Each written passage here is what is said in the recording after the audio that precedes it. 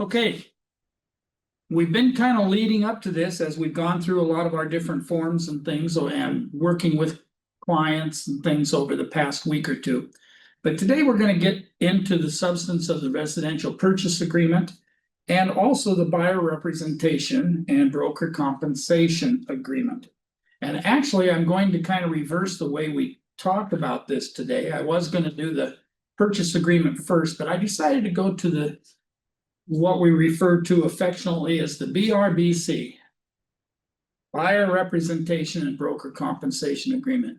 And for those of you that have been around for a while, and those of you who may be new, in August of last year, there was a new, actually at that point in time, it was a settlement between a bunch of people, some attorneys and from NAR and from and with some interference, I mean with some aid from the Department of Justice, and everybody kind of got together and decided that we needed buyer representation and that we needed to be able to do something different with our commissions, that they should be, we tell everybody they're negotiable and then we kind of don't make them negotiable, sort of. We would put a number in the MLS, which is no longer allowed.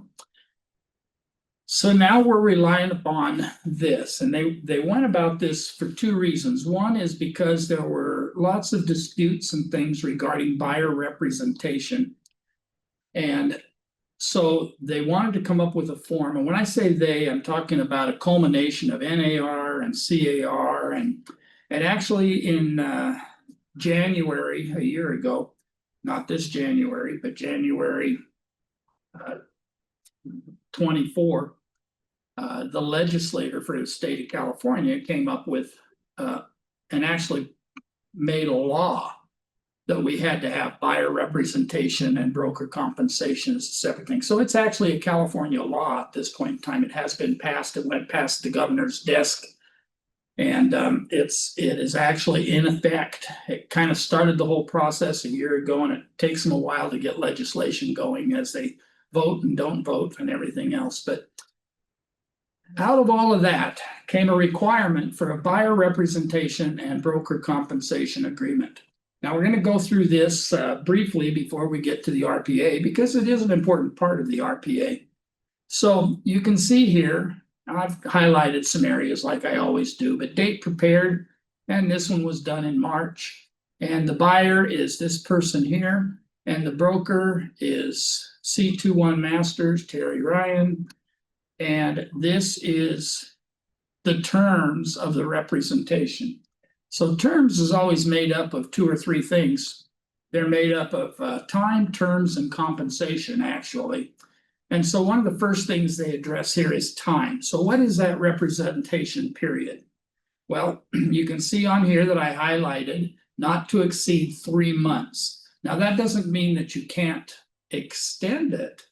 But if we're dealing with just a single buyer, and I don't mean single, I just mean, I mean non-corporate buyer or non-LLC or something like that. If we're just dealing with individuals, then the representation cannot be longer than 3 months.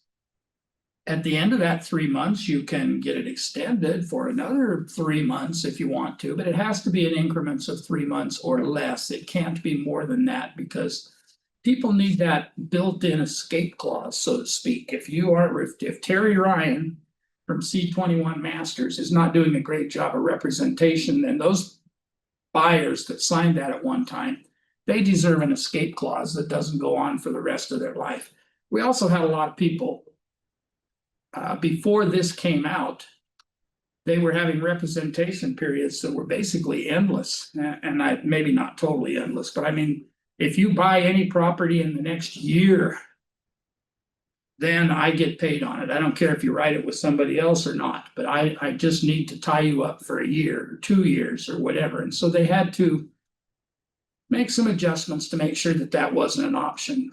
So we put a date in here starting 3/2/2025, ending 6/3/2025. So we've got basically a 3-month period of time in there that we're dealing with. And the type of representation is defaulted as non-exclusive. Now, non-exclusive means that if I'm not doing my job as a real estate agent, that they have the right to look around and do something else with somebody else. If I'm not representing them properly, if I'm not giving them information on open houses or whatever's available out there, new homes, if I'm not involved, then they have the right to go to somebody who is involved.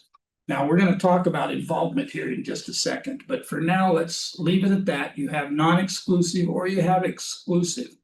And if you have exclusive, exclusive means that I'm going to represent you in finding this property, usually because it's a unique property. Maybe it's a commercial property, maybe it's a piece of vacant land, maybe it's industrial use, and I may spend more time on that than I would in normal situation. And so I want to make it exclusive. I don't want you shopping everybody in town to try to find out about something that has 5 or more units or is industrial or is commercial or something. I want to be able to have some exclusivity when I'm doing a unique property. So just think of that. If you're just showing them property in general, basic residential houses that they can go look at a new home development and find something they like, or they can go look around at different things. If I'm not involved and they can do it on their own, then I shouldn't be tying them down to some kind of representation. So let's talk about location. And here I wrote in red letters over to the side, where are you competent? Your license says that you can sell real estate in the entire state of California. However, do you really know anything about the entire state of California? And so make sure that you put in whether it's counties or cities or maybe additional description might be specifically to a development. You know, they only want to be in La Cresta. They only want to be in, well, you know areas in your specific locations that are kind of unique and that people ask for more often than not and things. And so you can identify it more specifically there if you'd like to. But remember what I wrote there in red, and that is where are you competent? Because if there ever becomes some kind of a dispute over this thing, and you are trying to just I won't call it greedy, but I will say that you know that you're just a little overzealous in where you actually can sell real estate.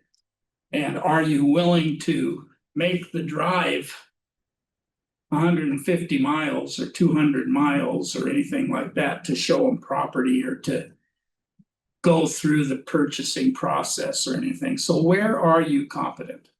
And I wrote on here counties and then a specific city. They want something in Canyon Lake, so I'm going to look for Canyon Lake.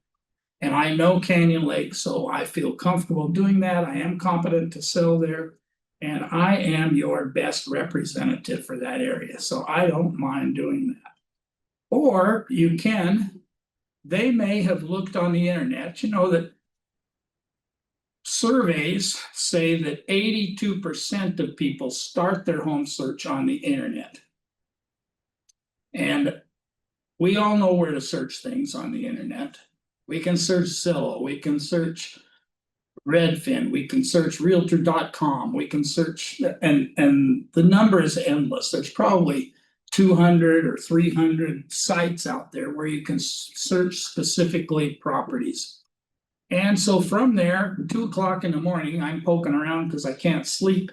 But I know the reason I can't sleep is because we need to find a house. And I come across some properties and things. And you can add that to the list. There is a separate list available, and it can be any list, by the way, but there is a separate form in Zip Forms that says property identified, and that's what it's looking for. And you can also have properties excluded from representation. Well, I don't want to represent you if you're being represented by other brokers on other houses. So if they've shown you this house and they've shown you that house, then I want those addresses identified so that we're taking that out of our agreement. Okay, so that kind of takes us down here to the part that everybody always has issues with, and that is that in the past, as you well know, if you've been in business long, and if you haven't, that's good, because this is all, it's not new to you then, it's just the way it's done, which is a good way to be.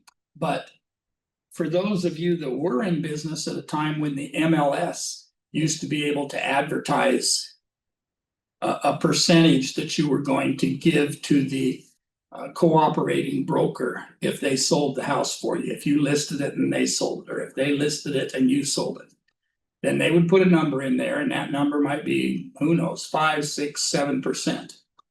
And then you would be identified as splitting that with the cooperating broker somehow or another. Maybe it's 5% and 3 to you and 2 to them, or maybe it's 2.5 to 2.5, or maybe it's 6% and half. All of those things were all available. Well, those things are all still available today to you, except for that has to be negotiated in 2 parts. When you're doing the listing, you will identify one part. That's the part that goes to the selling, the agent that is listing it for sale. So we'll call that the listing agent. So there's that part that identifies that amount. However, in representing a buyer, I want to make sure that I can get paid somehow. And the way I do that is I put together this compensation agreement that is actually an agreement with the buyer that says that if I find you this house that we're looking for, and if I write an offer that is accepted, then you, the buyer, will be responsible to pay me compensation. Don't panic yet, because we're going to talk about the next step here in a minute. But we agree to a percentage there, whatever that percentage is. Now, I wrote 3% in there, and I also wrote sample only, so that you guys could understand that 3% is not, that's not any magic number. That goes back to the days when we talked about 6% being overall and splitting it in half and things. But so say it's 3%, or I'm willing to work for 2.5%, or it's my brother and I'm willing to do it for 2%. Well, whatever you negotiate with the buyer, that is the amount that you put in there. And this becomes a contract at the end of this whole thing when everybody signs it. Then this becomes a contract between you and your buyers that say that they are going to make sure that you get, in this particular case, 3%. And again, it's a sample only, so you can decide those on your own. Now, let's talk about part 2, because then they go, well, you mean I have to pay your commission? Well, you know, they kind of were paying your commission anyway, weren't they? Because they were buying a house for a specific price, and then the seller was offering out X amount of commission. And out of that X amount, you would get maybe half X, and the other agent would get half X. So it was already being taken care of that way. No, it can't be taken care of that way anymore, because we don't have any way to advertise in the MLS that that's what we're doing. So now it says payments received by broker from seller or others. Now in the contract itself, and the reason I'm going over this first is because when we get to the contract here in just a few minutes, you'll see where we write this into where we ask the seller to pay for that part of the compensation that we've agreed to with our buyer in behalf of our buyer. So it says here, if broker receives compensation from seller or other for broker representation of buyer, the amount shall be credited against the buyer's obligation to pay the broker. All right, so here with my buyer, we've negotiated this amount of money, 3% in this case as a sample, and we're going to write it into the RPA. And notice this little part here that's in bold letters right here at the end, paragraph 2E, which is the paragraph that's just right above it. And that just says that buyer shall not receive, or broker shall not receive any amount in excess of what we agreed to right here. And so can you negotiate down? Can you do, yes, we have a modification of terms for a buyer representation agreement. We can modify those terms depending on what the offer is. Maybe when we write our RPA, we write in 3% and the seller and the seller's agent don't agree to that. They only want to pay 2.5. Well, we can negotiate that all at the time, but for right now, I'm saying that I would like 3%. And I understand that I won't, so even if they came out with a 4% offer, I couldn't accept a 4% offer because I've agreed to 3%. So continuation right, so the continuation period shall be, and I didn't put any number in here. Those numbers vary. I see a lot of people put it in 90 days because I guess they figure that since this is a 90-day contract or a 3-month contract, that 90 days is sufficient. But what a continued period is basically if I've been involved in showing you a property and I showed you the property, maybe we did maybe we saw it a couple of times, maybe I don't know, maybe we wrote an offer that didn't get accepted. Whatever involvement I had, and then we get to the end of my representation period, which is 90 days. And then 2 weeks later, you write an offer, or your buyer writes an offer with another office and they get theirs accepted. All right, so this basically says that if I showed you the property, if I was involved in it at one time during our representation period, I could, and I throw in the word could, not absolutely, I could still do some commission or some compensation as a result of the effort that I put into it. And so that's just letting a buyer know that our agreement says that on these properties, I'm going to represent you, and I will actually represent you. And we're going to find out here in just a minute what that representation means. Cancellation rights. So for non-exclusive, it's you can cancel and put a date on it. And somebody can cancel, you can cancel this. Maybe it's 30 days, maybe it's 60 days, maybe it's whatever. But it is effective so many days after receipt of this. And this just means that this is how we cancel. I don't want to work with you as a buyer anymore. You're too big of a pain in the butt. Or I don't want to work with you as a realtor. You won't ever return my calls and I never hear what's going on. And so I don't feel like I've been represented. Either one could be a reason to cancel, and one person can institute a cancellation. All right, let's talk here. Time to deliver personal financial information. So this one, and there's a form for it, as you might expect, the buyer's financial and personal information, but not very often will we as agents delve into that side of things. We usually will put them with a lender, and I say usually, but I could change that word out and make it always. Because I don't want to spend a lot of time working with people that I have no idea what they qualify for or if they qualify for anything. So my first step is going to be to get them with a lender, either on the phone or on FaceTime or Zoom or in person or whatever I have to do to get them with a lender to get that financial information in place so that the lender can tell me how much they qualify for and whether or not they have sufficient funds to take care of those things. And then this last little box here, and I've seen this checked a few times, and then you get to decide whether or not you want to work. You know what? I don't have any money. So if we go to all of this work and drive all over town and you find a few properties for me and things, and I would like to write an offer on one, but I don't have a way to guarantee that you're going to get 3% or 2.5% or whatever we agreed to up here. I just don't have that money.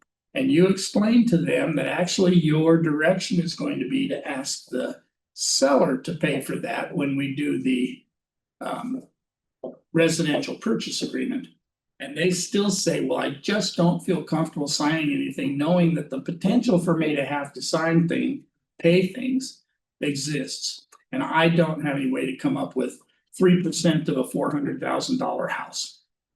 So as an agent, you have the option, if you feel real comfortable with the buyer and you feel real comfortable that you can find them a house and things, and you feel pretty comfortable that everybody in the area is offering to pay out some compensation, then you can go ahead and work with that person.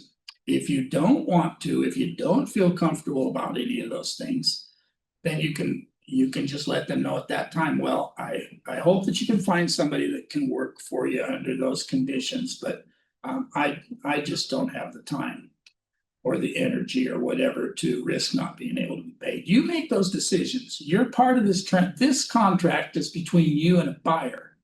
This doesn't have anything to do with anybody else yet. So this is between you and the buyer. And in most cases, I think you can explain your way around that.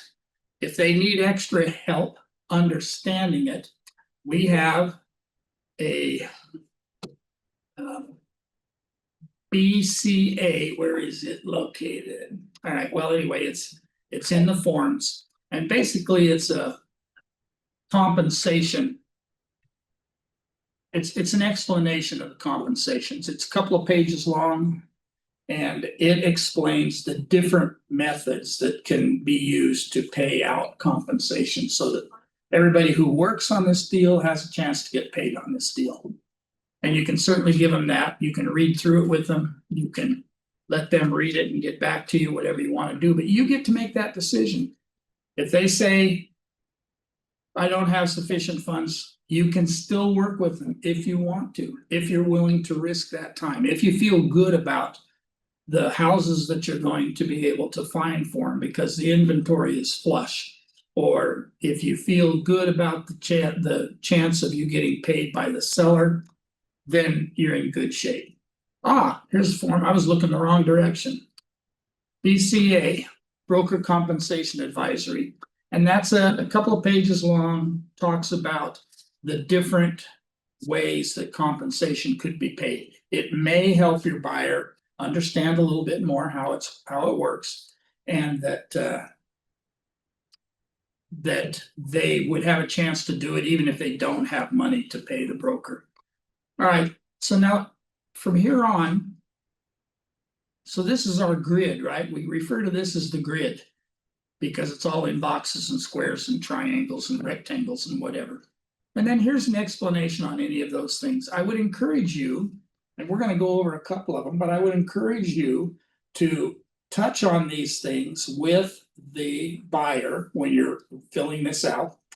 And I know it seems like a lot before you work with a buyer, but you can roll it in pretty quickly if you bring them into the office or you're on the phone with them or something. You're talking about different things. Maybe you've sent this out for them to DocuSign or AuthentiSign or DigiSign or will you please sign or one of those electronic signature things. If you send it out to them and you want to discuss it with them and things, then you can go through these. All of these paragraphs relate to something that's in this grid.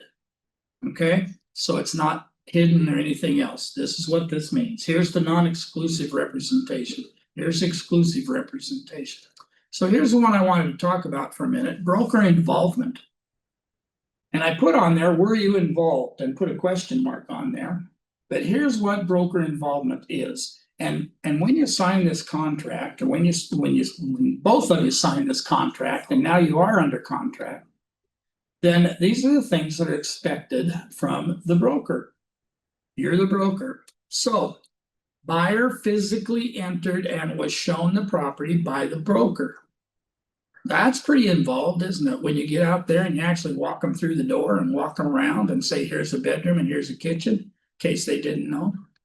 So that's involvement.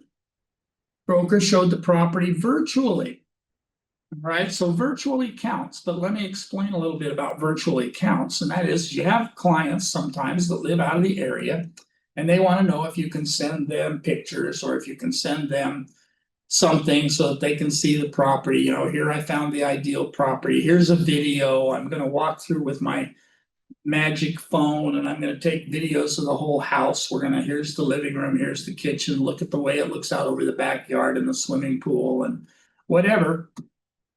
And you take videos of that and send it to them. That is still considered broker involvement.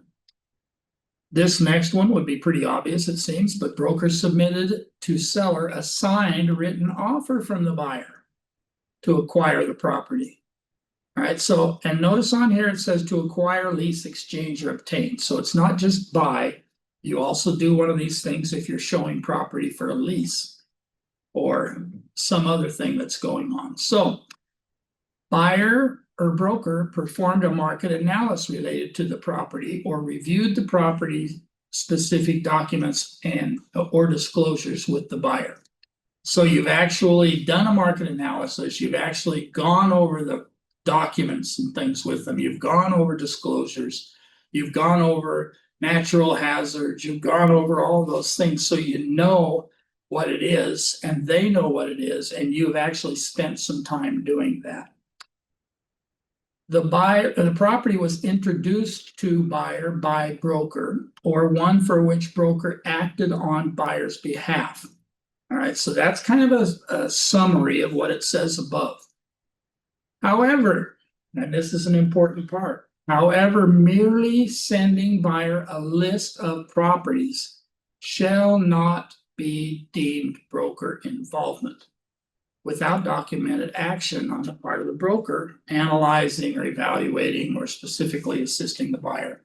So just sending them out a list from the MLS that says, here's all the 4 and 2.5, 4-bedroom, 2.5 baths, that is not considered broker involvement because you really haven't done very much. You and I both know, and probably everybody else knows too, and certainly the arbitrator knows if it went to arbitration, or certainly a judge would know if it went to court, that everybody, including the buyer themselves, can acquire a list of properties.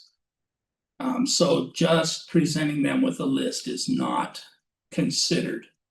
I mean, even if it took you an entire 5 minutes to put the list together for them, that 5 minutes is not going to be of any value. All right, continuation, we talked about that. If you have questions, you go back and read them too. Be sure before you explain these things that you understand all of them. So then we go through and we read all those paragraphs and we talk about all those things. And at the end, they sign and we sign. And sometimes there's going to be an entity buyer, which means that they are operating in behalf of a trust or an LLC or a probate or maybe a power of attorney or something else. So that's an entity. I'm buying the property. I'm the one that can sign for it. I'm the one that's authorized signer. However, it is going to be a property for Google. Lupe, you have a question? Yes, will you be going over mediation and arbitration just a little bit more in detail? Yes. However, I'll be going over that when we get to the RPA, which is next. Is that okay? Thank you. Yes. Okay. All right. So everybody signs and now we have an agreement, don't we? We know what they have to do. I know what I have to do. Everybody knows what they have to do. And we've agreed to it. And if I do all of those things and they do all of their things, then I'm going to get paid this much money somehow. And we're going to talk about that when we get to the RPA here in just a second. All right, so that is the BRBC. So if there, I want to cover one other one that's just, this is kind of the same thing. It talks about buyer representation. However, it's a little bit shorter. However, everything about it is a little bit shorter. And that is that somebody, maybe they came to my open house, maybe they talked to me about a couple of properties that they'd like to see, but they really just want to see a couple of properties. They're not, if they can't get one of these two, then they're not really interested, whatever that conversation is. And they'll have this conversation. And if you're going out just to show them those two properties, for instance, or maybe it's a third, or maybe it's a fourth, and there's something on an attached list or something, and they're only going to be in town for a few days to look at property, and then they're gone and stuff. So maybe our representation period is only in this case, a month. And in this case, with this form, this short form, it says not to exceed 30 days.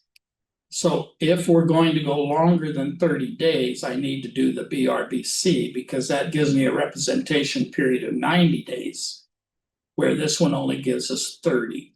Amount of compensation, same type of thing. I put sample only. This time I put in 2.5%, just so that you had a number in there to look at. Continuation period, and this says the same, basically it says the same thing as the other one does. It's just that it's for a limited number of properties. So, and it's only 3 pages long, or 2.5 pages long, 2 of this. So with that in mind, now we're going to go all the way back here to the residential purchase agreement. Okay, residential purchase agreement starts out with, when you download it from Zip Forms and you go over and you type in RPA, or for residential purchase agreement or whatever, it's going to download the residential purchase agreement and several other disclosures that are required when you do a residential purchase agreement. One of them is a disclosure regarding agency relationships. If I'm downloading, and this, by the way, is the same no matter what contract you're writing. But this one says that there's 3, if this is just a disclosure and it's letting them know that we're identified as a representative for them in this case. I can either be representing a seller if I had a listing. I can represent the buyer in this case because I'm doing a residential purchase agreement. Or I could be representing both seller and buyer. That is called dual agency for anybody who doesn't know that term. And dual agency means exactly that. I am representing both sides of the contract, both the buyer and the seller. Now there are some states, quite a few of them, that this is illegal. You can't even do it in some states. California, it's still legal. We have people all the time, when I say people, we have mostly attorneys and things that are all the time fighting, saying that you can't represent 2 parties at once and be fair. And then those same attorneys are representing both sides of a divorce case or both sides of a child custody case or something. So it's a little hypocritical, but not exactly. I understand where they're coming from. We just need to make sure that we're representing the buyer and the seller if we're doing a dual agency, because and not favoring one side or the other. And what I mean by not favoring, it's like when you're talking pricing, you and the seller, when you did the listing, you decided on a price that the property should sell for. You may know some motivation on the part of the seller. Maybe they're going through a divorce. Maybe they're going through, who knows what's going on in their lives. Maybe one of them is losing a job or anything. Just because you know those things does not mean that you turn around and help the other person decide on what to write based on the motivation of the other. Well, how much do you think we could get the property for? Well, it's listed at 700,000. So I feel pretty comfortable that we could get it at that. We might be able to talk to them about getting some closing costs. Well, do you think they'd accept 750? Do you think they'd accept 650? Whatever it is that they want to offer, then we let them know that the best way to find that out is to let's sit down and write the offer up at that. You tell me what you feel comfortable with. We've already talked to your lender, so we know what you qualify for. So let's walk through that process, and I'll take it to the seller and we'll see what they say. Now you've represented both. You represented the seller by telling them exactly what the purchase price was and how it's listed.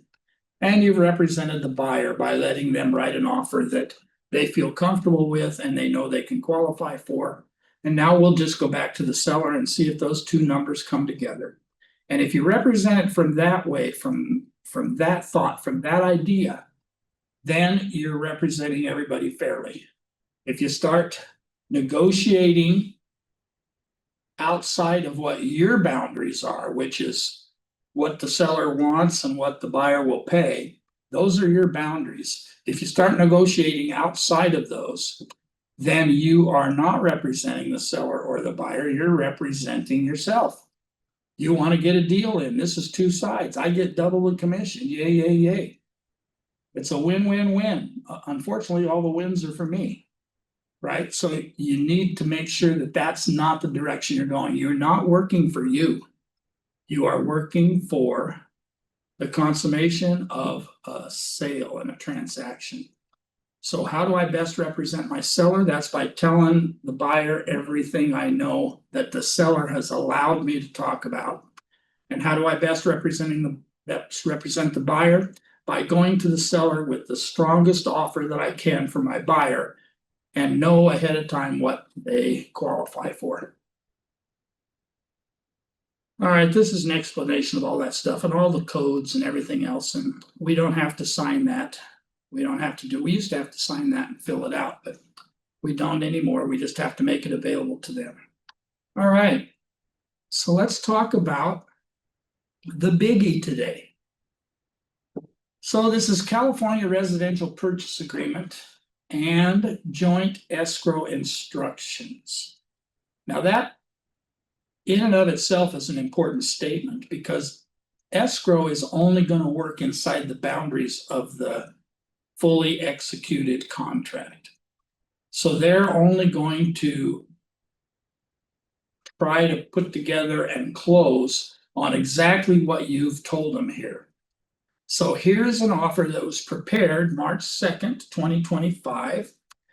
And let me just, I know it sounds like date prepared. Well, why do you have that highlighted? Well, the reason I have that highlighted is because that is the date that I prepared it. I could be preparing an offer right now for some people that I'm not even going to meet with until Thursday because they work Monday, Tuesday, and Wednesday. And so Thursday is going to be the earliest we can get together. Well, I still put the date prepared here. And that also is the date that is going to be remembered in zip forms. So when you go to zip forms, it's going to remember this date. It doesn't know the date that your contract got signed because you don't upload a contract that's been signed with the actual dates of signature back into zip forms. It gets uploaded somewhere else, but that doesn't communicate with zip forms. So zip forms only knows the date that you put here is the date prepared. This is an offer from Ima Lerman. She's the buyer. This property to be acquired is 4321 Banana Peel Way, situated in Canyon Lake, Riverside County. Zip code here and parcel number here.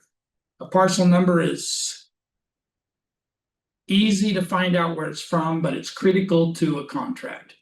So when you're looking at the MLS, the good agent on the other side, and I say good agent because sometimes it's overlooked, but the good agent on the other side will have the APN in there. If not, you can get a property profile from the title company and get the APN off there so that you know that 4321 Banana Peel Way and 000001000 match, that they are the same property. Now we've doubly identified the fact that this property is the one that Ima Lerman is buying. Agency disclosure. Now this is just acknowledging receipt of the agency disclosure. So that's why that was the first form downloaded for us, right? That's the one that we just went over. Disclosure regarding agency relationships, this one here. So that came down first. And we're going to make sure that everybody knows that it was included as part of this whole thing. And then notice this little thing here that I highlighted. We have this question sometimes. People say, well, do I need to send the disclosure regarding agency relationships in with the offer? And the answer to that is no. The other agent doesn't need to know other than by you writing the offer that you have that signed. So it says here, buyer's agent is not legally required to give the seller's agents the agent disclosure form signed by the buyer. It further says seller's agent is not legally obligated to give buyer's agent the AD form signed by the seller.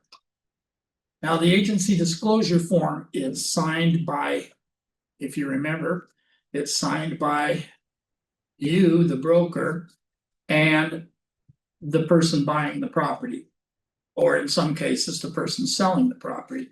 And so it's not anything that affects this part of the contract. It just has to be acknowledged. Because here is the confirmation.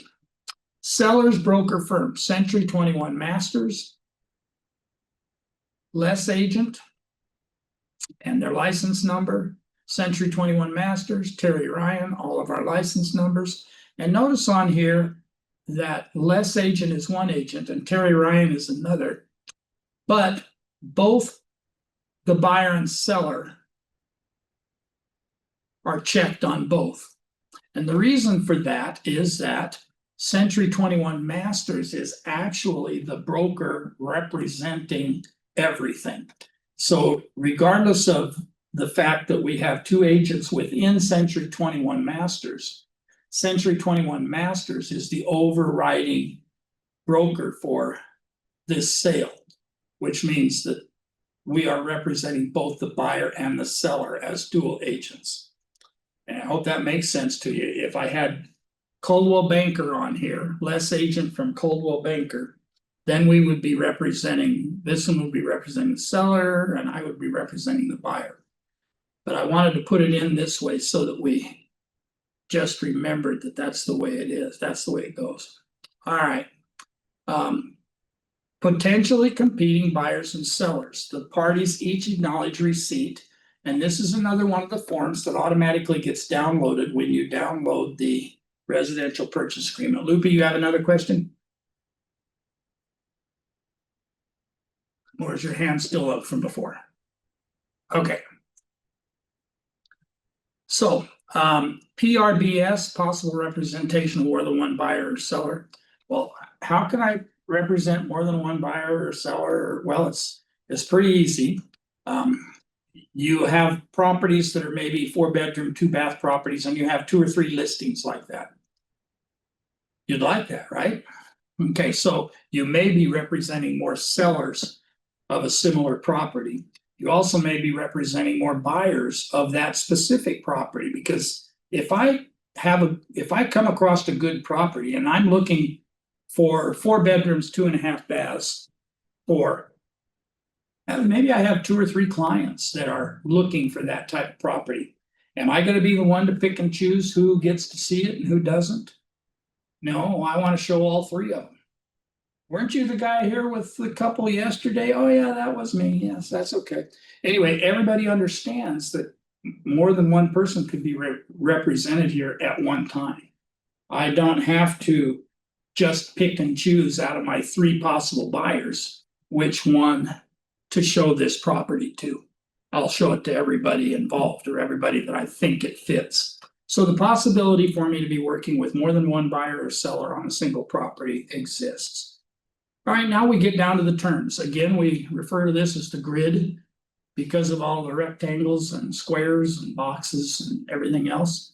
But this makes it so much easier to explain to a client than having all of the things filled out in sentences and paragraphs and things. Those sentences and paragraphs still exist, but they exist after we get out of the grid. See all these pages here? 1 of 17. So you can see that there's going to be a lot of explanation. So let's talk about a couple of things. Purchase price, it's probably a good idea, $750,000. Is it all cash? What's going on? How soon do we want to close? What's the expiration of the offer? That's 3 days after, unless we write something different, it's 3 days after presentation that I'd like to have an answer. Maybe they give me a deposit amount of 10% or whatever. I don't know what those numbers are going to be. And then here's where we get into loan amounts just a little bit. The loan amounts are, they're gonna be determined by the lender. Now, you had them pre-qualified. You had to have them pre-qualified before you went and showed them property. So you take those lender numbers that they give you and they tell you that they're going to do 20% down conventional loan. All right, so then this number here would be 80% of this number because you're putting 20% down. And it's conventional loan by default. If, however, there are other loans that you're gonna get instead, then you check these boxes. And I haven't checked any of them because all kinds of different loans are available. It depends on what the people have worked out with their lender. But you could do FHA, and if FHA is that, you would check this box. I can't check it because it's PDF instead of live. Or VA, or maybe there's seller financing, maybe there's other financing going on. Maybe there's a CalHFA, maybe who knows what's going on. So there are other things that are happening here, but probably this one, or this one, conventional FHA or VA are gonna be the ones that we do the most often. In fact, the ones that we do the most often are gonna be FHA. And that is because the price of homes have kind of gotten up there a little bit, and they're gonna continue to go up, that they're not going down. And so people are trying to put down a little less deposit and pay an extra $100 in a mortgage payment or whatever, but they've worked that out with the lender. Okay, I'm not involved in that. I'm not telling them what they can afford. I'm not telling them any of those things. The lender is going through these things and saying, okay, you're gonna have a 20% down conventional loan. Your rate is not going to exceed 6.75% or whatever it happens to be, but they know what those are. The rates change, and you probably noticed if you're in the industry at all, or even if you're not in the industry, thanks to the media and things, we know that interest rates are up, interest rates are down, interest rates are off. The Fed may be changing interest, whatever. We hear about these things all the time, so it's even more critical that you get in touch with a lender and find out what kind of a loan they're gonna get and what kind of interest rate they would like to keep it under, or maybe have to keep it under. Maybe sometimes when an interest rate changes by 0.5%, it makes this buyer unqualified. Nothing changed in their life, but the maximum they qualified for was X amount, and now with a new interest rate, their payment is gonna be this amount. So now that changes their ability to buy the house.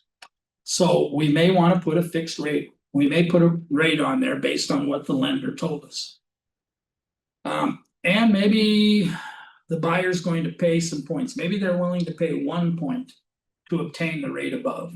And 1 point is basically 1% of the loan amount, not 1% of the purchase price, but 1% of the loan amount. To obtain that rate, maybe it was quoted at 6.75. And they're not gonna pay more than that, or maybe that 6.75, maybe they wanted to pay 1 point to buy it down to 6.25. And that would save them enough each month to still help them qualify. So there's different things, but so those are in the hands of the lender and the buyer. So those will be told to you by the lender, and that's some of the information you have to get. You have to understand that if it's an FHA or VA, then we have to have the appraisal done in the first couple of weeks, because we have to have a list of required repairs in within 17 days. And lender required repairs, that's not the ones that you find out from your home inspector that goes out there. That's the ones that the appraiser goes out there and says, well, I'll give it this price, but in order for it to get this price, we have these things that have to be done to the house. Maybe they were out there and there was no smoke detectors, there was peeling paint on the front of the eaves, there was broken glass somewhere, it didn't have a stove, the stove was taken out, the air conditioner wasn't working, whatever the appraiser finds out when he gets there. Because he's the appraiser, that becomes a lender required repair. The value of the house is $750, but these things have to be taken care of to make it worth that much money. And so that number comes out of there, and we have to figure out who's going. It comes a negotiating thing again. We'd certainly ask the seller to do it, but the buyer could do it if they had to, but they will have to be done in order to get this loan.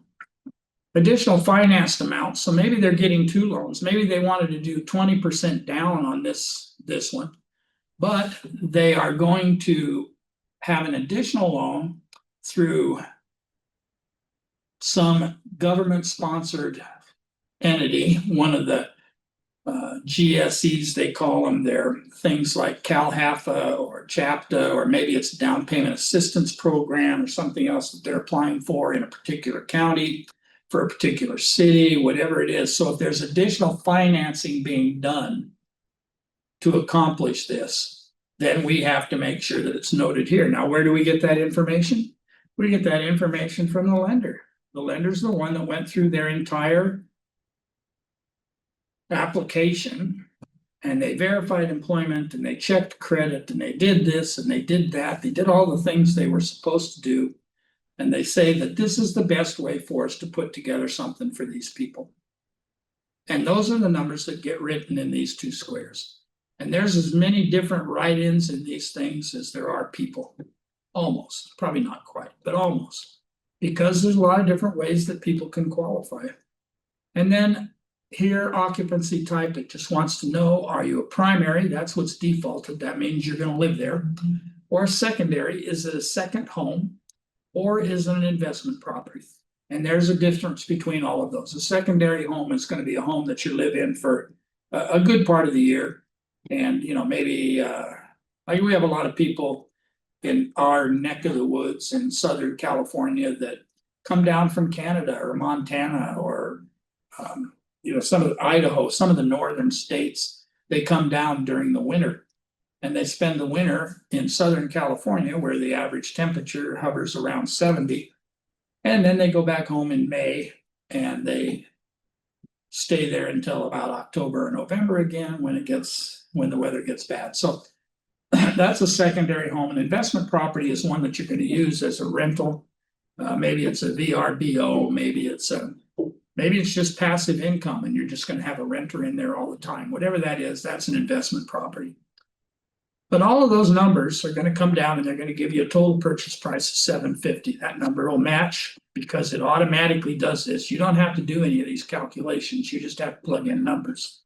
And everybody initials.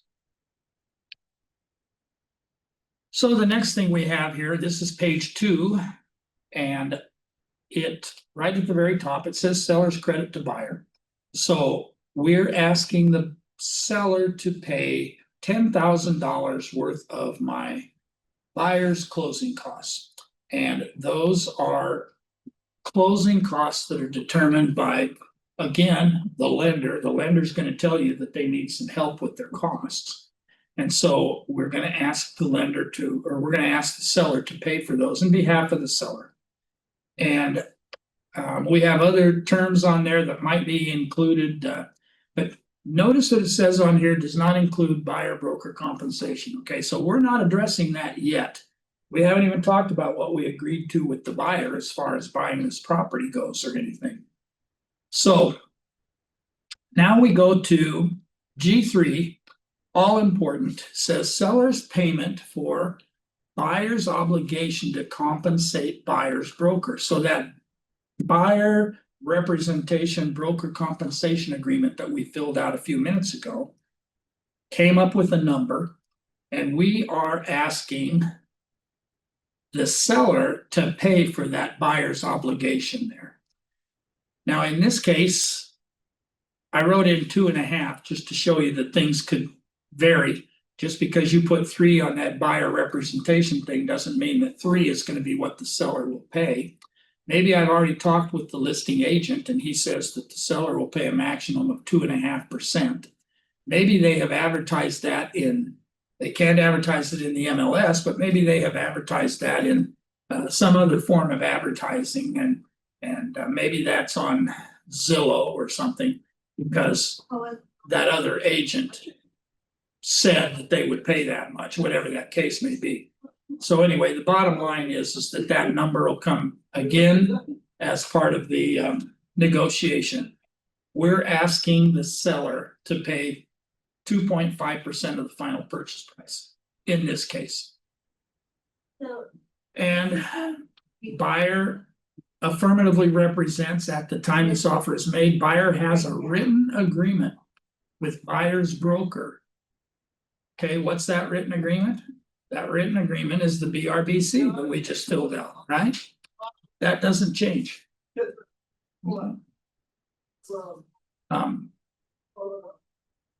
So the buyer represents that he has an agreement in there and that the compensation is for no less than the amount stated above.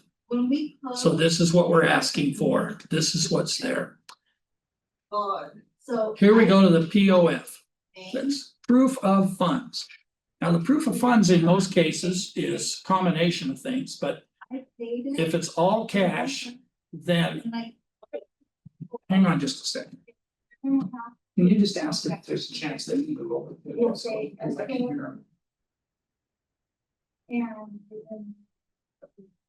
Sorry, but I have somebody seem to all of a sudden want to share a room with me.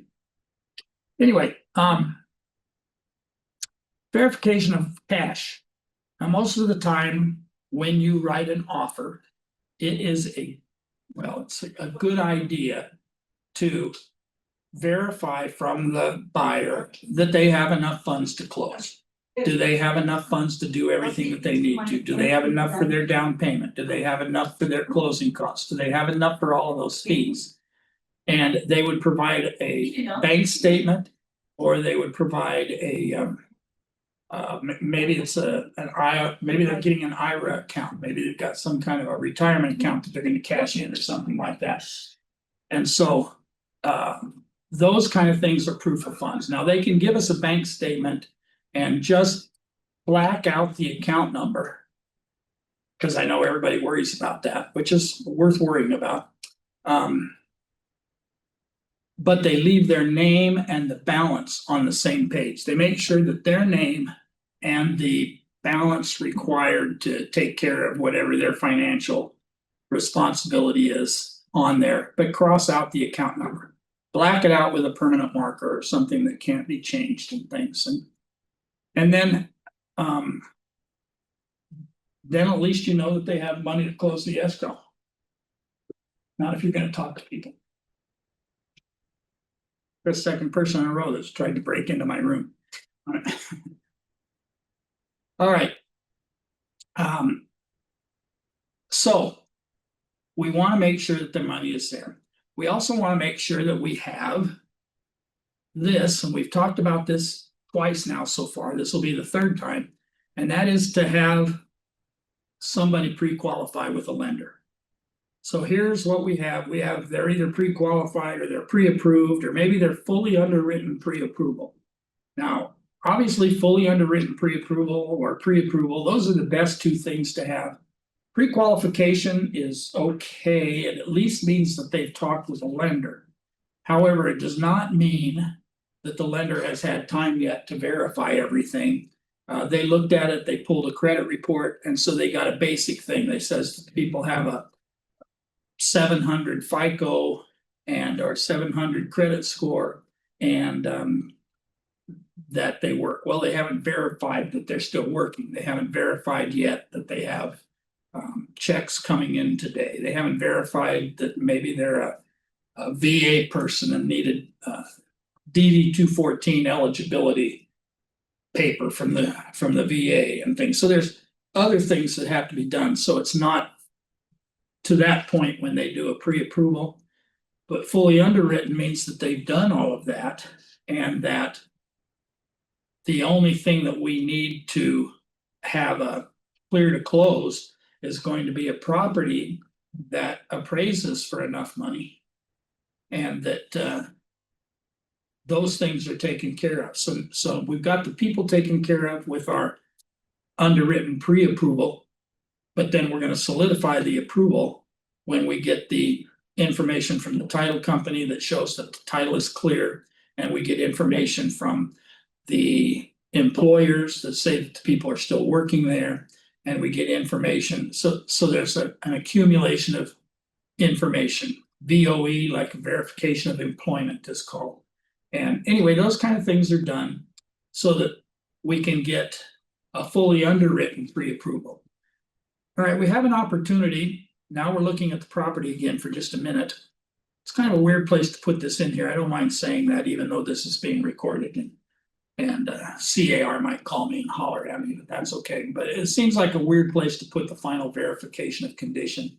But I guess they needed to put it someplace. But obviously the buyer has time to do a final walkthrough on the property to make sure that the property that they're getting is what they thought they were getting.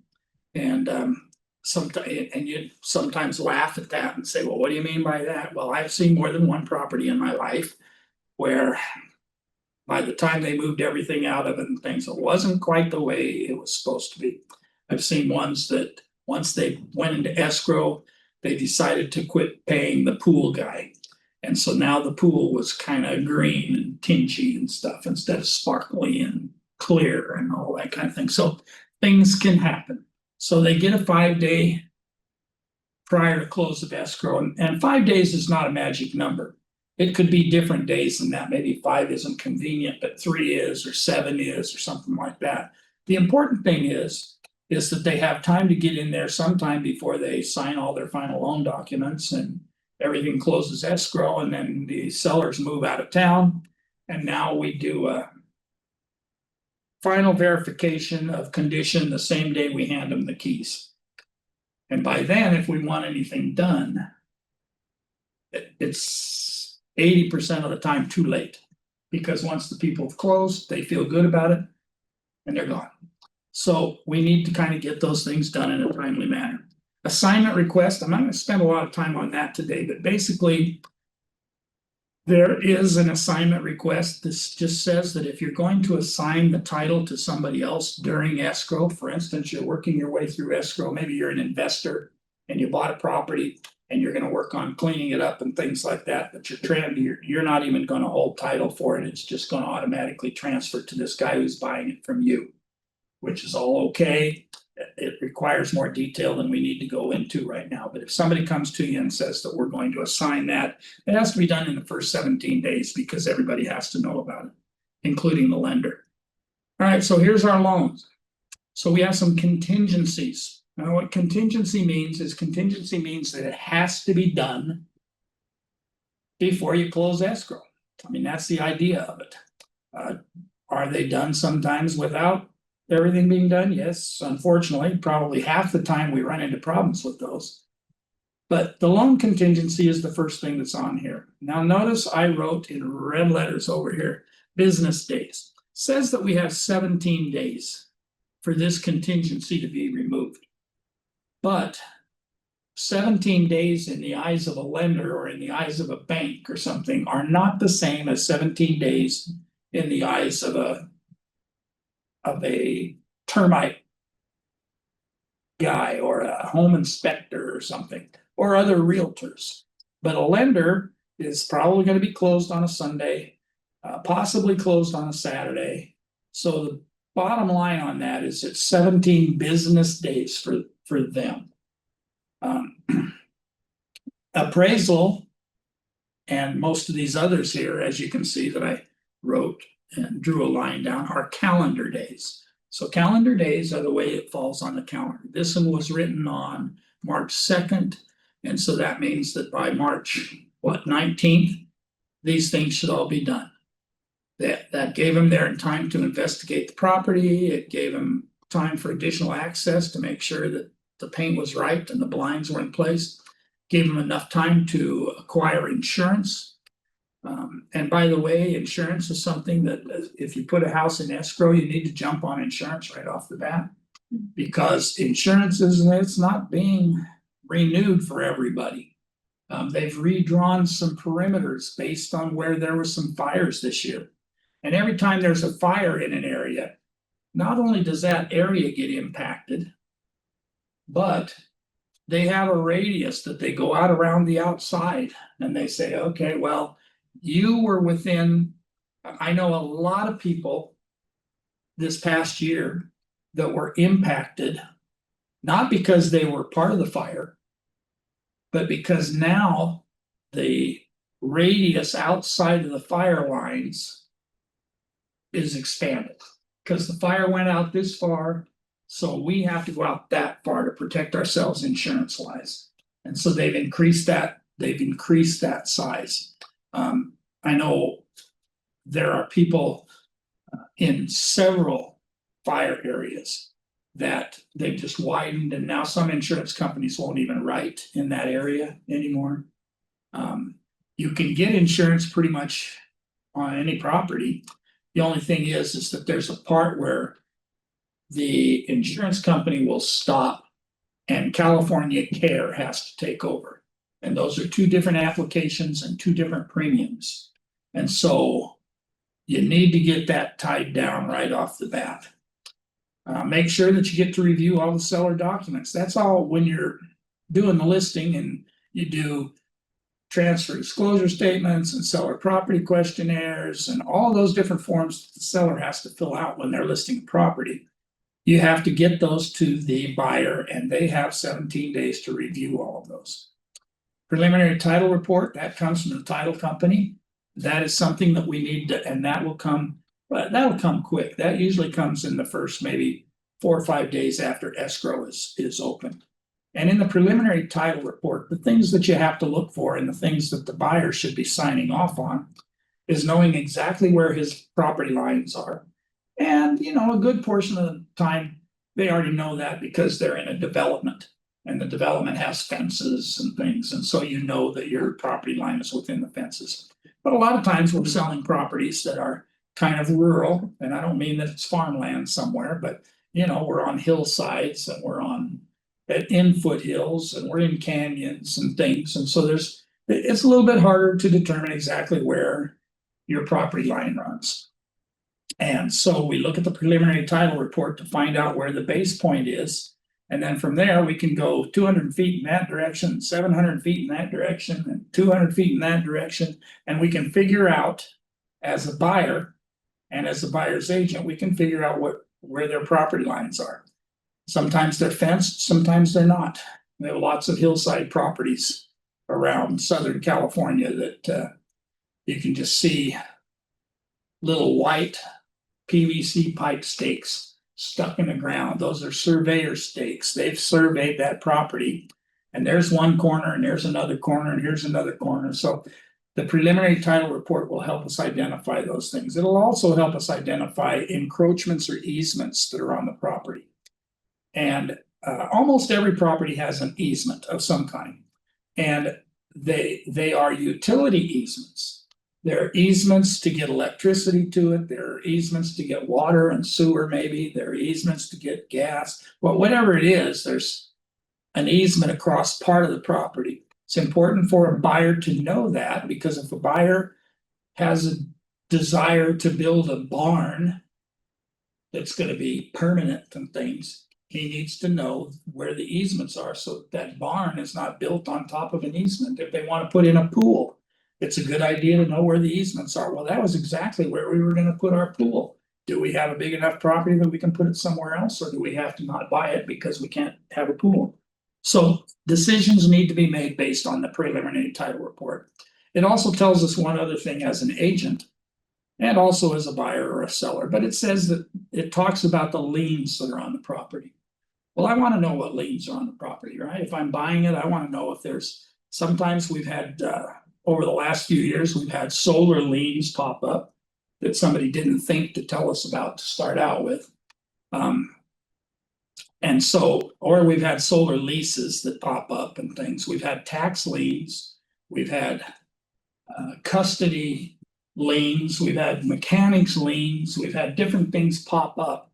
And as a buyer, I want to know not necessarily all the details of why you have a custody battle going on, or why there's liens and why there's a mechanics lien. But see, a mechanics lien, some of those liens travel with the person, and some of them travel with the property. A mechanics lien, for instance, if you didn't pay for some construction work and the contractor that did it put a mechanic's lien on your property, that lien is gonna stay on the property, which means that a new owner would take over that. So now his property is liened. And the seller walked away and you'd have to sue and everything else to get that taken care of. So review that preliminary title report and see if there's things on there that are of concern to you. Common interest disclosures, those have to do with homeowners associations. Yes, go ahead, Laura. Sorry, I have a question. That's okay. What if there's child support in the preliminary report? Do they have to pay for that before they sell? Yeah. They will have to clear that because that stays as a cloud on the title and you can't transfer a clouded title. So at the end of close of escrow, they had to pay for that. Yep. Okay. And you know what, that's a good question. That's led to a lot of lawsuits after the fact because somebody will say, well, I paid that. I don't know why she filed a lien. I don't know. And so it ends up being something that we can't take care of. It has to be taken care of by the courts to say that those things were satisfied or to have somebody prove that they were paying it or whatever the case may be. But that's why it's a good idea to look at it. And then it's just, hey, there's a child support lien on here for $10,000. Okay. I don't know that. Well, okay, we need to work now on proving that you don't owe that. Because now is when it needs to be cleared. Okay, thank you. Yeah, good question. Let me ask you a question. Yes, So mechanic lien, if they said they're working in the house, they said the owner did not pay that, but they did not do good job. How they can just put the lien in the house if the seller is not signed to them? You did not do good job. You did this horrible job. They have paid more money to the back original. How can the person can lien to that if they did not sign a lot of yeah, unfortunately, that would have to be either resolved or it would have to be a court-ordered resolution. It's like somebody who doesn't think that they owe it, it's still gonna get attached to the property because somebody thinks that you do. And so in order to get that removed, you would have to pursue that in court. My question is how you know you have a mechanic lien on your property? It will say it on the preliminary title report. It'll have whoever that contractor is listed as a mechanic's lien. So if you had an add-on room or something and it costs $30,000 and you didn't pay it when you were contractually obligated to, even if it was for not doing a good job, you would have to prove that it was not a good job. The only people that can decide that would be either, depending on the price, either a small claims court or a regular court order Okay. to remove it. Yeah, unfortunately, and I've seen, they can even, there's another thing that you've probably heard the word of, maybe you haven't, but there's another thing called lis pendens. Yeah. And a lis pendens actually can be filed on a property. And there has to be reason, obviously, but they can file a lis pendens, which absolutely stops you being able to sell that property. And that'll also show up on a preliminary title report. That's why we have to research those things. Sometimes we look at them and you know what, I've gotten preliminary title reports in before, or I've seen them come in in Sky Slope and things. And you can tell that they were just, and I'm not picking on anybody, but you can tell that they were just uploaded by a TC. Because they were put in with a whole bunch of other forms that came in. And so they're just in there. And I don't know who's looked at those because what happens is in escrow instructions, you'll get a piece of paper that says that you reviewed the preliminary title report, reviewed and accepted the preliminary title report. And when people are signing escrow instructions, sometimes they're just signing. And they don't even pay attention to some of those things. So important that you look early enough in the transaction. Like I said, they'll be out in 4 or 5 days. So look at them early and see if there's anything that we need to resolve right then. So that we don't get towards the end and then have things held up. Okay, thank you. Loopy? So in regards to that preliminary title report, wouldn't the title company bring call that out if there's anything that's clouding the title? Uh-huh. I mean, that'd be part of their services, right? Yes. Okay. Yeah, if you And have a also, good title rep, you know, I ask my title rep, I always ask her to not just send me the report, but to tell me if there's anything I should look at. And so Right. it's she and her group or whatever that review it and say, oh, well, you know, you might take a look at this and this and this. And sometimes they come out and the only things that you'll have on there are like easements and things like that, and they're pretty clear. okay. Yeah. But And then also too, in regards to liens, and they brought up the question about child support. So I know that pertains for a seller to be able to sell, they're gonna have to settle that some way, somehow to be able to close, or come out of the proceeds. But for a buyer, when they're purchasing, does that also affect the buyer side as like the child support lien? No. if the buyer has child support Correct. orders,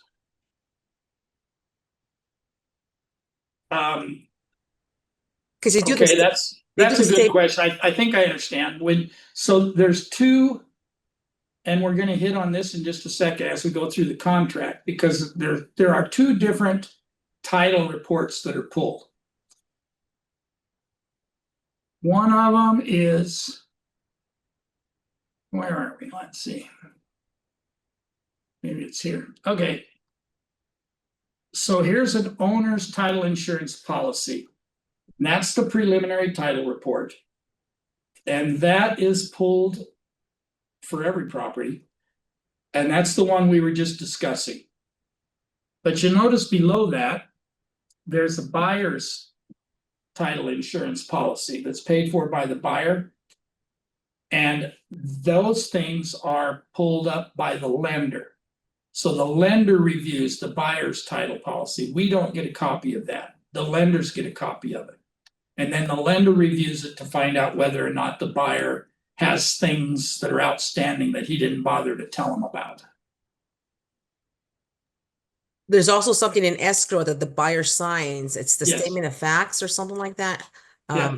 There's a statement of fact and a statement of information, and there are things like that they're supposed to put those things in. And sometimes the buyer thinks they're just gonna try to not put it down and nobody will find out. But if it's, and there are times where nobody finds out, frankly. But if it's a court ordered judgment of any kind, whether it's child support or spousal support or anything else, if it's court ordered, it's going to appear on one or the other of these insurance policies. Got it. And another question, when you're talking about the AD, you said it was it's not a requirement to submit it with an offer, but or for even the listing agent to submit it with, or I guess give it to us at one point, but we need it for Sky Slope, right? We only need the one that we're responsible for Sky Slope. I think you're right in the case that it gives you two different options in there, but the only one that we're responsible for is the side that we're representing. Okay.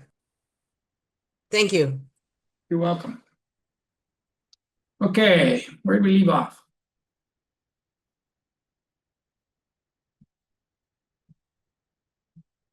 Okay, let's talk about exclusions and inclusions. Regardless of what it says in the MLS, or regardless of what you put on your flyers or anything else, if you want items included in your purchase, mark them on here. Mark stove, refrigerator, dishwasher, microwave, whatever it is that you want to make sure is included. And I use those words specifically, make sure it's included. If you want to make sure it's included, then put it down as an included item here.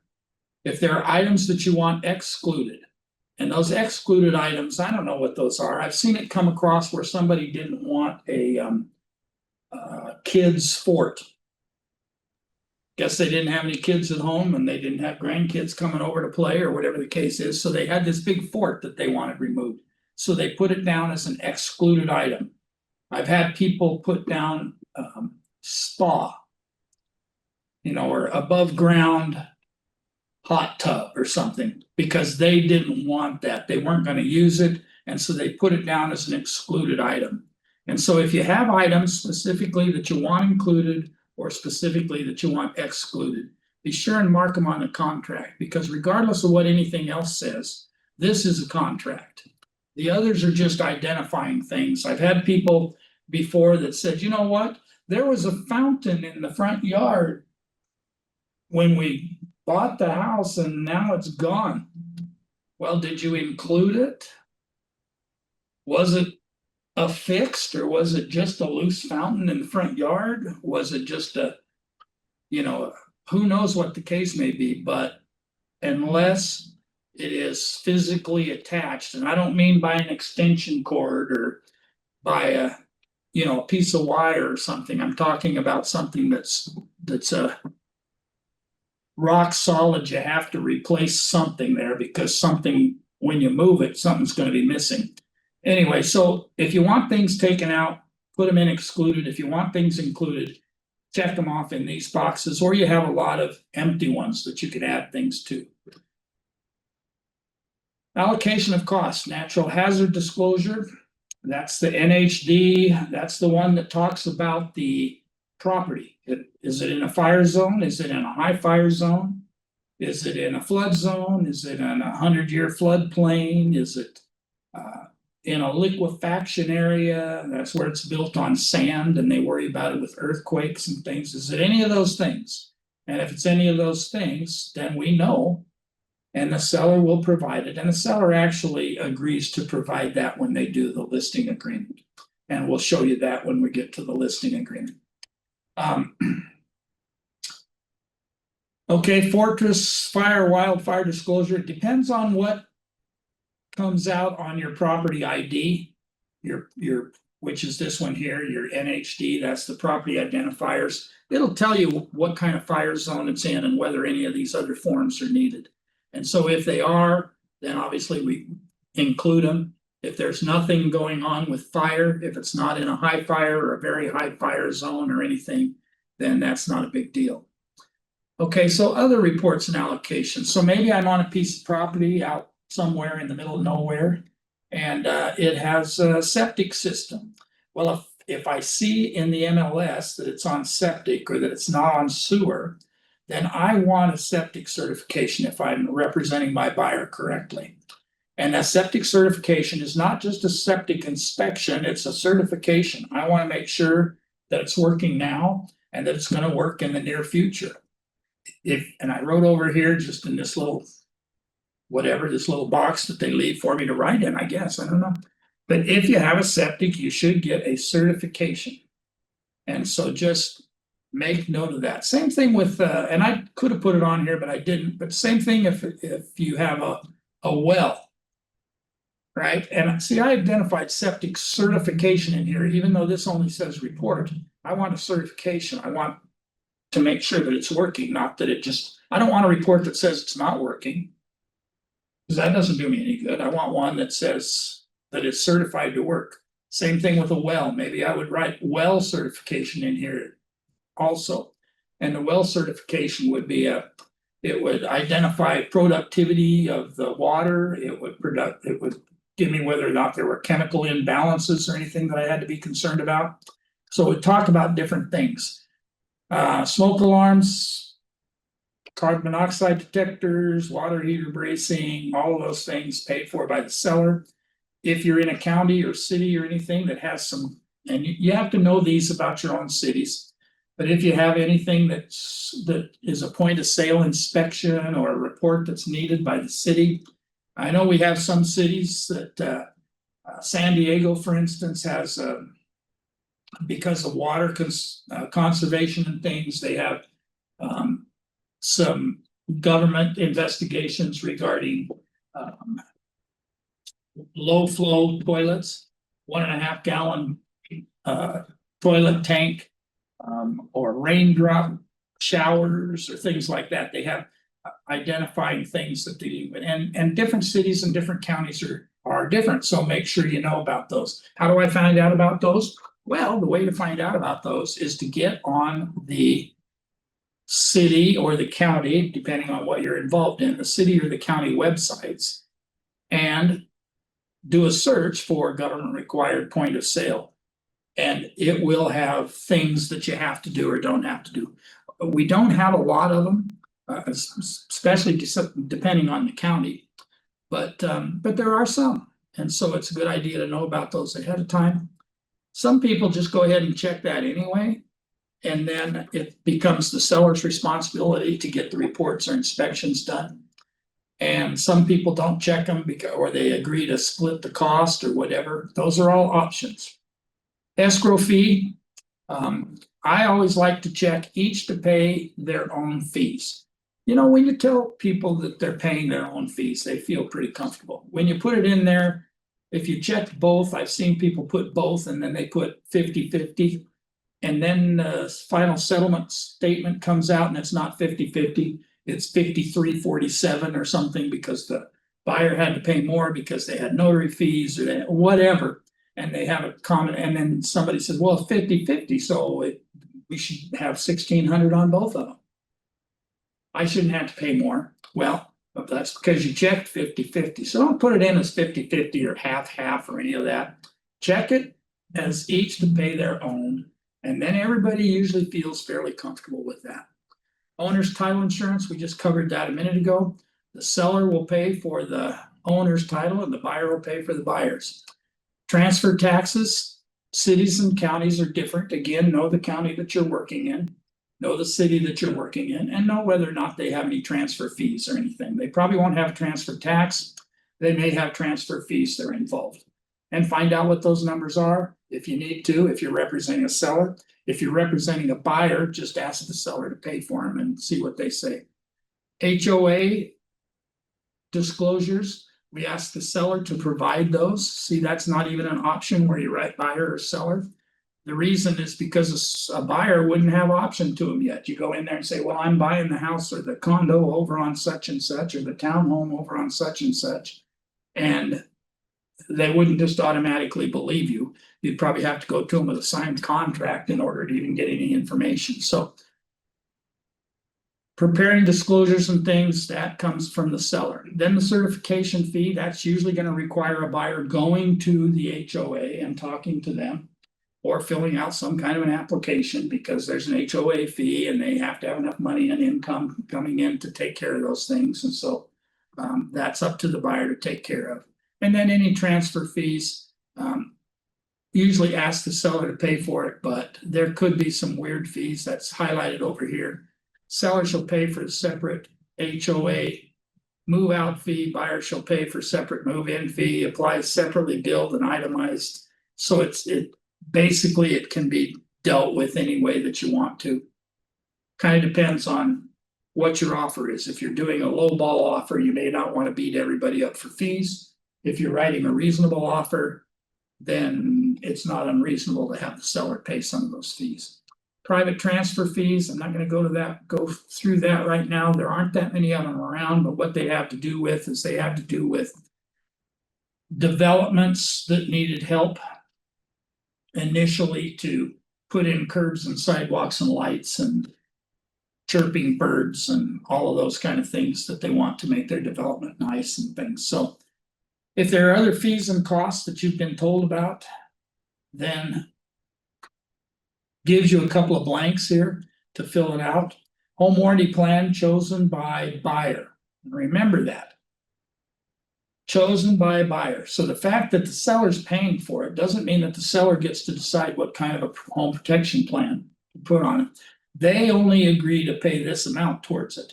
Now, if the buyer wants to go out and write maybe they want pools and roofs and septics and everything else covered and things in their home warranty plan is going to cost them $1,000, $1,500, whatever. They can do that. The seller is only agreeing to pay, in this case, $750. $750 will cover a standard plan. with air conditioning and Cress.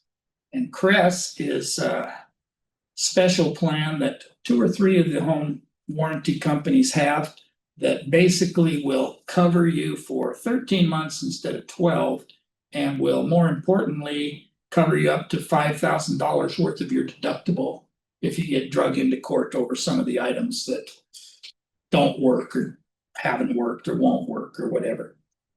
Or you can waive the home warranty plan entirely, and you check that box. And the reason that you might do that goes hand in hand with what I said just a minute ago on a couple of others. Maybe you're in multiple counter offers. You know that there's several offers on the table, and yours is gonna be the lower one on the dollar amount, but maybe I can make up for it in some of the costs that I ask for. So whatever you need to do, negotiate the best thing. All right, here is a section that is addendum and advisories.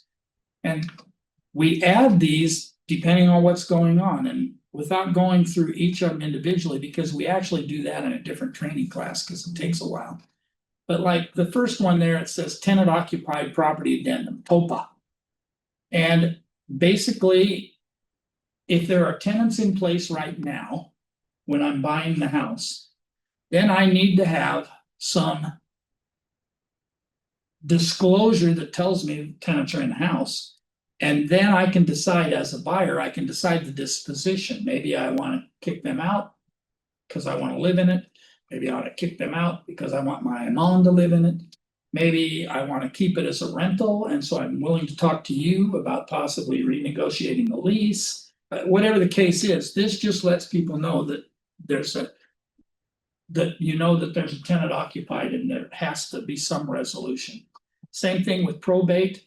Probate is if you're selling a probate, we went through this a little bit the other day, but probate is everybody has passed away that had ownership in the property, and they have left it in the hands of the court or the hands of the court and maybe a sibling or a relative somehow to handle things. But this probate part of the agreement, this purchase addendum, is going to let your buyer know what things they can reasonably ask for as far as disclosures and things. Because if my mom passes away and I only see the house a few times a year, I don't know what really works and what doesn't work, and I'm not expected to, but I am expected to let people know that I'm not expected to know because I don't live in the house. And so that lets them know that. Manufactured home, you have to include that if you're doing a manufactured home, because the manufactured home addendum gives you additional information that you have to fill out. It talks about serial numbers on the mobile home. It talks about some different things that whether or not the property is included, or it's space rent, or whether or not it's included with the property, or whether or not it's affixed to a permanent foundation and things. So those things are in there. And anyway, we're not going to go through every one of these, but just know that there are different things that identify different things that are going on. If you know that it's for instance, we were just talking about probate. On the probate form, one of the things that what the listing agent should be telling you is that there's a court confirmation required, which means that the person that was put in charge of handling it cannot make the final decision. It has to go back to court. And then the court says yay or nay. You can accept that or not. Here's a SWPI. This is a septic well and property monument. And anyway, include that if needed. Obviously, we talked a minute ago about who was going to pay for the cost of those things to do a well inspection or a certification or whatever. If you check those boxes, check this box. This is an addendum that is the whole form that tells you what things you're asking them for. So anyway, so I think we've covered enough of those things to confuse you, Tyra. Plus we're 10 minutes over time. I apologize for that. This is a little long form, but it's important. All right, so now we finished our grid and we finished our basics. And now we talk about, just like we did on the BRBC, you filled out the grid and then it had all those paragraphs that explained each of those items. That's what this page and the following pages are. But there's a couple of things that these explain the paragraphs that we filled in above. I wanted to hit on a couple of them because we have questions about them all the time. Condition of property on closing. So unless otherwise agreed, now how do we do that? We do it with a repair request or whatever it happens to be.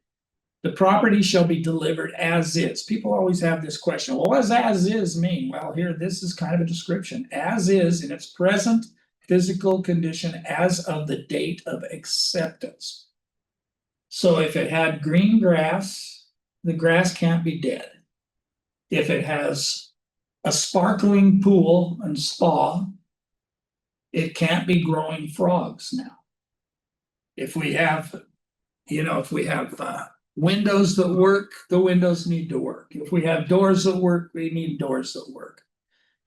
So it says on here, the property including pool, spa, landscaping, and grounds to be maintained in substantially the same condition as of the date of acceptance.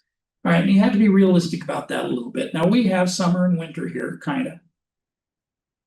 We have summer and spring, okay. We don't have winter or fall, but we do have summer and spring. Now what happens in the spring is everything's beautiful and green and flowers and chirping birds and all of those kind of things. And then what happens in August? Well, in August, that grass that was all green and everything is now kind of yellow and brown, and maybe the roses have quit blooming and they've dropped their things happen. Okay, so realistically, you're not going to have something that is pristine in the spring be pristine in August or September. There's going to be some physical changes to the landscaping and things like that. The house doesn't have to have those kind of things. Maybe your house faces a direction where the sun is just blistering the paint on the eaves and the soffit and things. And that might have to be retouched because when I looked at it, it was okay. But now it's not anymore. So that's why it throws this word in here, substantially the same condition. Because there are little things that can happen that's really not anybody's fault. Seller is not responsible to repair any holes left after the removal of any wall hangings, such as pictures and mirrors, or brackets, nails, or fastening devices. So if you take your wall TV down and there's bracket holes up there, if they're big bracket holes, it'd be a good idea to spackle them or patch them or something like that. But if you have little pinholes that were from a little nail or a picture hanger or something like that, you don't have to go around. I shouldn't tell you this because it makes me sound like I was cutting corners and things, but you know what, we used to fill all those. We used to walk around with just a little tube of that squeeze in spackle and fill every little nail hole, things, stuff. And so now you don't have a nail hole, but now you have this white spot where you tried to fill the nail hole. And so anyway, you're not responsible to do all those things. Let me hit on here. So in your contract, unless you've asked for something to be included, everything that was excluded or everything that's personal property is supposed to be removed. And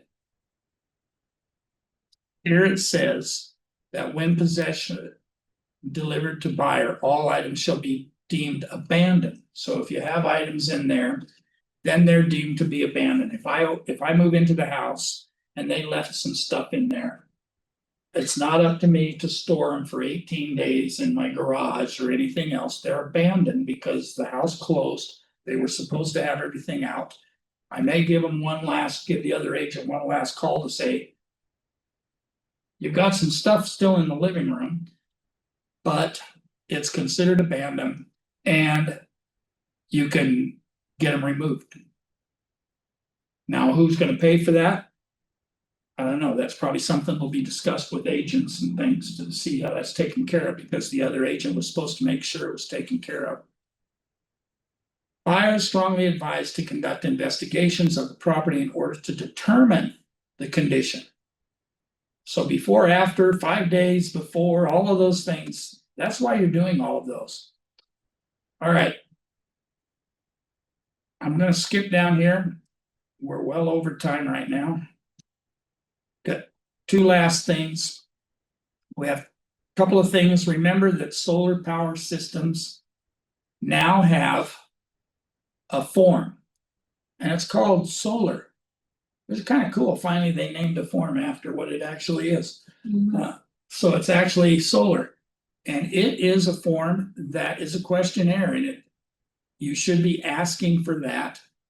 In fact, right here it says seller shall use the solar advisory and questionnaire. So that's the name of this form to deliver to the buyer all known information. And it's about a 3-pager, and it talks about the fact that you do have solar. Here's the company that you have it through. Here's how much is still owed on it. Or that it was paid off.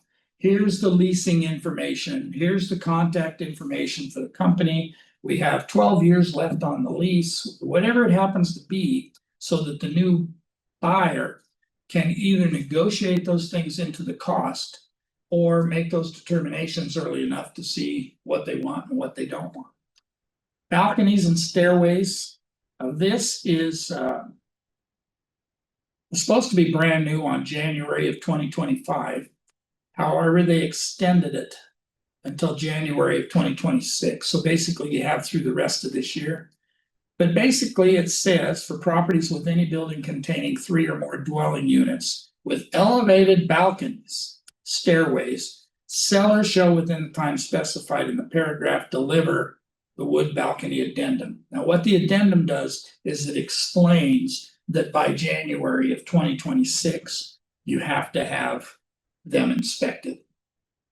And what I mean by inspected is that if you have, it says it right up here, for properties with building containing 3 or more dwelling units with elevated balconies. So that's pretty easy to understand what that means. If there's 3 or more of them hooked together and they have elevated balconies or wood steps going up to them or something, they have to be evaluated by an engineer who's going to say whether or not they're structurally sound. All right, and I'm going to take just a minute because I promised, and I rarely lie. We're going to talk about liquidated damages and mediation and all those things for just a minute. So let's talk about liquidated damages first. So by initialing the space below, you're agreeing to liquidated damages. Liquidated damages says that if the buyer fails to complete the purchase because of the buyer's default, seller shall retain, doesn't say may, it says shall retain as liquidated damage the deposit actually paid. So you put down a $10,000 deposit on a $750,000 property, you would lose that deposit. If you put down $100,000 on a $750,000 property, you would still lose only $22,500, which is 3% of the purchase price. So any excess funds will be returned to the buyer. It still says release of funds will require mutual signed release instructions from both buyer and seller or a judicial decision or arbitration award. So hopefully they're going to understand who's at fault in this whole deal. And if the buyer just really screwed up and didn't do anything they were supposed to and went all the way through the contract and didn't get anything done and got all the way to the end and then backed out, then the seller would even probably, and I say probably, but even in the case of a judicial decision or an arbitration award, they would be awarded that 3%. Mediation. Okay, mediation is where all the parties get together with a mediator, for lack of a better word, that's a good word, I guess, and try to walk their way through the process and find out whether or not they can resolve it.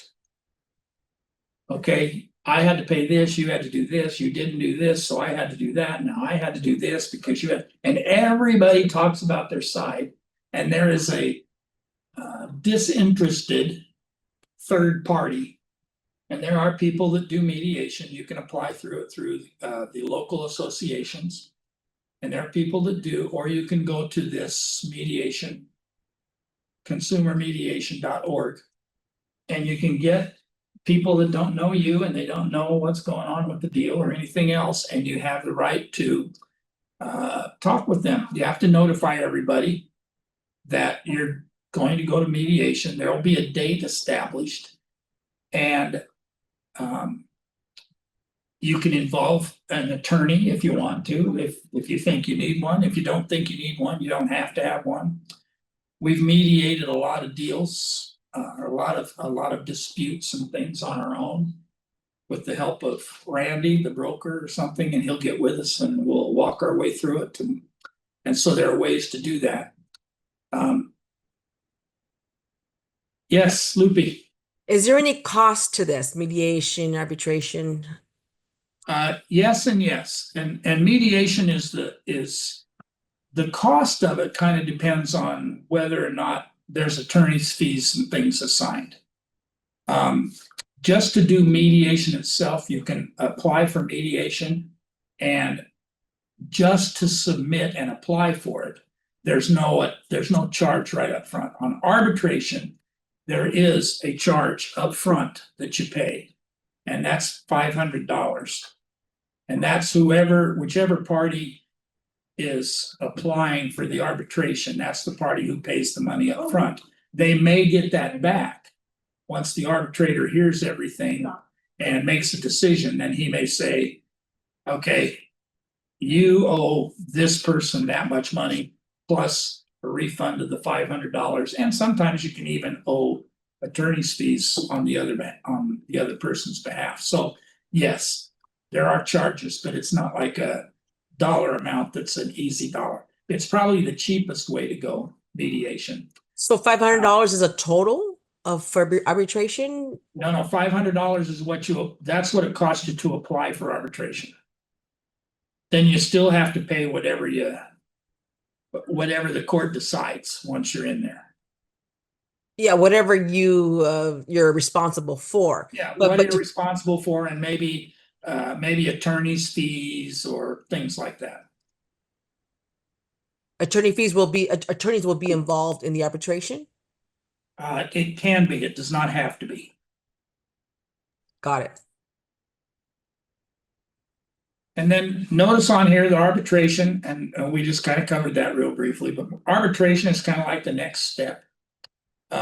If you can't get it done through mediation or whatever, you can do it through arbitration. Arbitration is something that everybody has to agree to. Mediation is not. You can do mediation without full agreement. But arbitration, you have to agree to arbitrate. And that's what it says here. By initialing in the space below, you are agreeing to have any dispute arising out of the matter, blah, blah, blah. And you can read through that whole thing, but basically you have to agree to that. You can't arbitrate if nobody signs this, then arbitration is not one of your options. But there are some exclusions on here. The following matters are excluded from mediation and arbitration. Any matter that is within the jurisdiction of a probate, small claims, bankruptcy court, unlawful detainer action, judicial or non-judicial disclosures, or other action or proceeding to enforce a deed of trust, mortgage, installment, land sale. So there are some things on there that you can't dispute no matter what. If somebody's in foreclosure, then arbitration is not the way to go. If somebody is already in bankruptcy, then arbitration is not the way to go. So you have to, it kind of depends on what you have going on. But arbitrator is still possibly cheaper than going to court and going through the whole court thing. But it can still cost you some money. And it will cost you just to apply. Okay. think we've covered everything. Now we're gonna sign. Yay. Now we kind of have an agreement. And one that I was on the phone with a little bit last night, which is okay. But notice right here, before the seller signs, okay, so you have the buyer and you're representing the buyer and you have them sign this. And then down here, the seller is gonna sign, but the seller isn't gonna sign it exactly the way you wrote it. They want to counteroffer a couple of things. So right here, just above the couple of inches above where they sign, it says seller and read this with me. You don't have to read it out loud. I'll just trust you. But it says seller shall return and include the entire agreement with any response. So I've had people say, well, do I have to have all 17 pages of the RPA signed if I'm just going to give them a counteroffer? And the answer to that is yes. There are people that, you know, they might want to try to fight it in court and say, well, really, that should be just understand that it's to that agreement and stuff. Well, that's not the way it is, because there's a lot of things in the RPA that it identifies as to who pays what and when and where, as we just went over. And so you initial and or sign all of those. You check this box here that says that I'm giving you a counteroffer. Or maybe it's a backup offer addendum because I've already accepted one offer and we're going to do a backup offer. But if one of these are checked before this is signed, and that's what happened last night, we were talking about it on the phone, and the first thing I said is, because all they got returned was the purchase agreement, and it was signed, and so in the eyes of one person, that's good, right? It's signed. So we're happy. And I said, well, go up to look above the signatures and see if it says subject to a counteroffer. And sure enough, there was that seller counteroffer checked, and the other agent that was not in our office just did not submit the counteroffer with it. And so I said, make sure you have that before you move forward with everything. So if you're going to counteroffer, or if they're going to counteroffer, then this is where they're going to check it, and then you will get a counteroffer. And note right here, it says date contingencies. Oh, I got cut off. I don't know what that says. It probably says, anyway, the date that all the contingencies, all the 17 days, the 7 days, the whatever the days are and things, those all start when this signature and date comes in, because it's the signature and date that finally makes this an agreement. Up until then, it's just people requesting things. So we have it signed, you take it to your seller, you can have them initial here, seller not accepting, no counteroffer is being made, you can do that. You can go down here and there's a place for the this will be filled out later. You'll fill out this part here, obviously, and this part here if you have all the information. And that'll all go to escrow. And then escrow reviews it, and then they will put all their information in here and sign. And we're done. So any questions that we can answer before we go on? I know we've kept you a little long. I apologize. I have a question. Okay. If my client is a living trust, what is the difference in that? I know that normally you put the name of the trust, living trust, but is there, I'm guessing there's a form that has to be included? There's a trust advisory, Mhm. but there's still gonna be one signer. You're not gonna, nobody's gonna sign living trust or something like that. Okay. So right here where it says buyer signatures, Mm-hmm. so printed name, I'm a learning. And their signature right here. And they are the legally authorized signer. So they're still the legally authorized signer. Okay, And so are they a trustee it or says living trust, successor trustee? says living trust, then is it the name of the person and it says living trust, No. That can't be the name of the person. you know? No. Because you have this section right here says entity buyer. So it says that the full entity name, that's the living trust. Okay, And then it says down here that the legally authorized signer is so-and-so. So okay, you have Terry and Deanna Ryan Family Trust dated September 2017. And down here, it says that Terry Ryan is an authorized signer, legally authorized signer. And then my signatures would say Terry Ryan. okay, Okay. Because there's no way for a trust to sign for itself. You have a legally authorized signer. Should it be Terry Ryan, successor trustee? Yes, whatever my, either trustee, hopefully it's not succession trust, hopefully in my case, it would be Terry Ryan trustee. Cause I'm still around, but that's a good point, yeah, you put. And by the way, it's not just I mean, it could be a power of attorney, so you could put POA or attorney in fact, or. You could put successor trustee if everybody had passed away that was on the trust. And then there would be somebody who was signed to take over it. Maybe you're buying it, or maybe you're the authorized signer and purchaser for property for Google. And so Google is the entity. And Terry Ryan is the authorized signer because Google doesn't sign. And so it's an entity buyer or an entity seller if there's a trust or power of attorney, corporation, LLC, any of those things involved. But there's still one signer or a signer who has been established by the courts or by whatever, okay, thank you. okay? All right, cool, did we get through it? Yeah, Thank you. Only took us 2 hours. Great job.